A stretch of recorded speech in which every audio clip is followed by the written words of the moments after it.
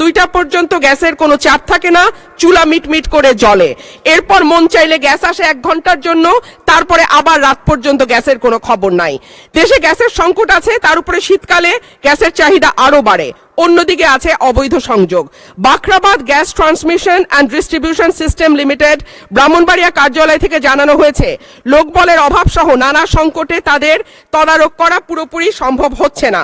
মাননীয় স্পিকার, 2016 সালে বাসাবাড়িতে গ্যাসের সংযোগ দেওয়া বন্ধ হলেও এখনো কিন্তু অসাধু কর্মকর্তাদের সাহায্যে বেশ কিছু মানুষ বাড়িতে অবৈধ গ্যাসের সংযোগ নিয়ে রেখেছে। সরকার রাজস্ব বঞ্চিত হচ্ছে এবং যাদের বাড়িতে সত্যিকারের লাইন আছে তারাও গ্যাস পাচ্ছে না। শেষমেশ মাটির চুলা, এলপিজি সিলিন্ডার আর বৈদ্যুতিক চুলা ভরসা।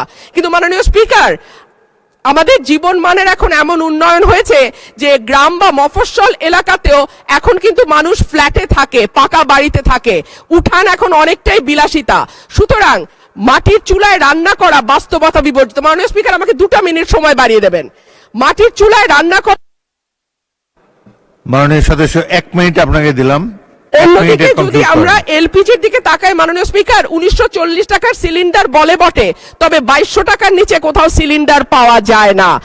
আর আমরা যদি বিদ্যুতের চুলার কথা বলি তাহলে বলতে হয় ঢাকা শহরে 1-2 ঘন্টা লোডশেডিং থাকে, কিন্তু গ্রামে সেটা 14 ঘন্টা পর্যন্ত গড়ায়। সুতরাং গ্যাস ছাড়া আমাদের আসলে এই মুহূর্তে সত্যিকার অর্থে চুলা জ্বালাবার মতন জ্বালানি নেই।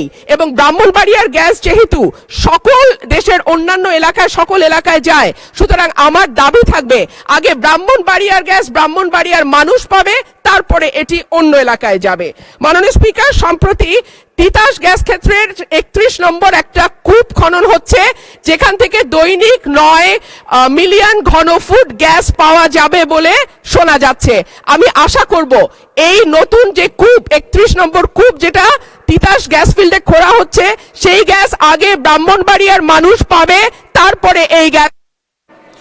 ধন্যবাদ।